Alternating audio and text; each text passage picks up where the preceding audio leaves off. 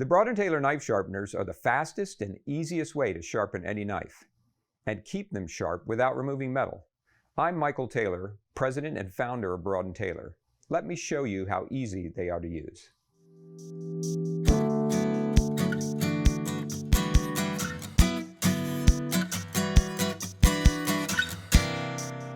Let me show you the basics.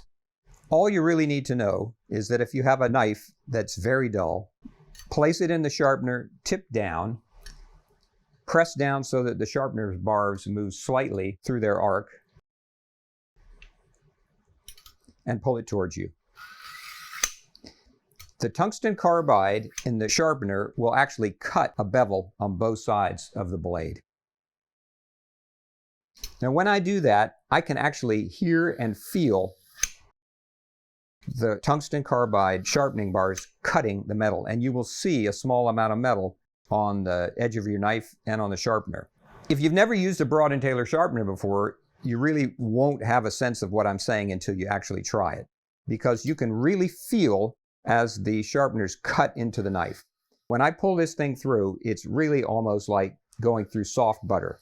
And that's because these tungsten carbide sharpeners are so much harder than this material, it easily cuts a smooth edge along the knife.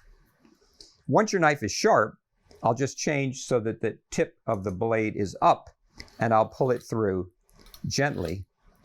We call this honing, and what you're really doing here is straightening the edge of the blade to keep it sharp. When I use these in my kitchen, every day before I cook, slice an onion, or chop anything, I'll just pull this through a half a dozen times, tip up, just to straighten the blade, which is what we call realigning, and it keeps the blade very sharp.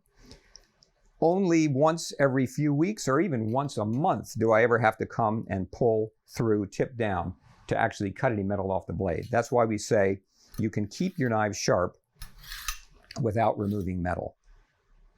Sharpening a serrated knife is just as easy. If you look at serrated knives for kitchen use, you'll see that most all of them have the serrated edge on the right. The left side is flat. Place the serrated knife in the sharpening bars with the blade parallel to the table. Tilt it slightly to the right in the direction of the serrations and just pull it through. You'll feel it slide smoothly across the sharpening bar, and you can see and feel the bar wiggling back and forth so that it rides along inside each one of these curved areas and straightens this out. When you're doing that, again, you're not removing metal, you're actually just straightening the blade at the very edge, because serrated knives generally get dull because the edge curls over at the side and you want to realign that edge. This way, your serrated knives will stay in top condition. The amount of pressure you use when you pull a knife through the sharpener depends on the type of knife that you're sharpening. If you're sharpening a knife that's used more for chopping, you want to use a bit firmer stroke, pressing it down so the barbs move farther out. That gives a stronger edge, both for cutting a new bevel with the tip down and also for honing.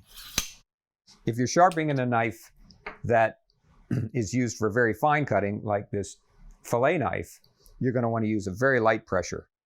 I would pull this through so the sharpener's bars barely move, but just enough to maintain some pressure as I pull it through to hone it. Or if I need to cut on the tip, cut a bevel,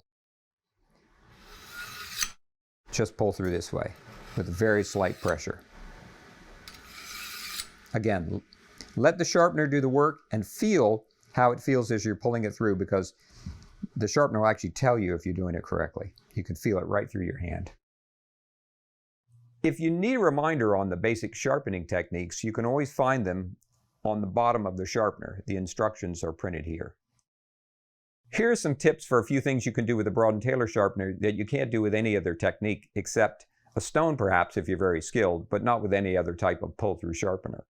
Because of the variable angle with pressure, you can actually sharpen your knife with different angles at different parts of the blade. For example, if I wanted to put a more firm, stronger bevel on the base near the hilt of this, I could press a little bit harder as I pull it through here in the beginning, but then towards the tip, I can actually sharpen it more lightly with just a little bit of pressure, and I'll get a much finer edge right along the tip. That's great for slicing into onions or tomatoes, where you don't worry as much about the tip of the knife being so strong. So lighter at the tip, a little bit more pressure towards the base. With a serrated knife, I'd mentioned that you pull it to the side so only the right side touches the sharpener as you pull it through.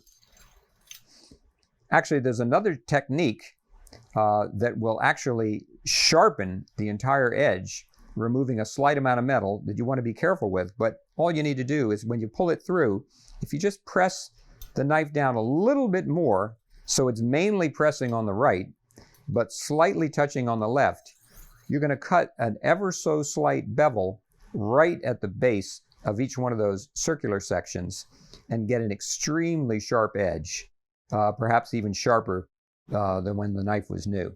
You just want to make sure that you don't put too much pressure and just feel as it goes through, and you'll get a really, really sharp edge. If you've got questions or comments, please leave them below. And you can always find more information on our website at broadandtaylor.com. Thanks for watching.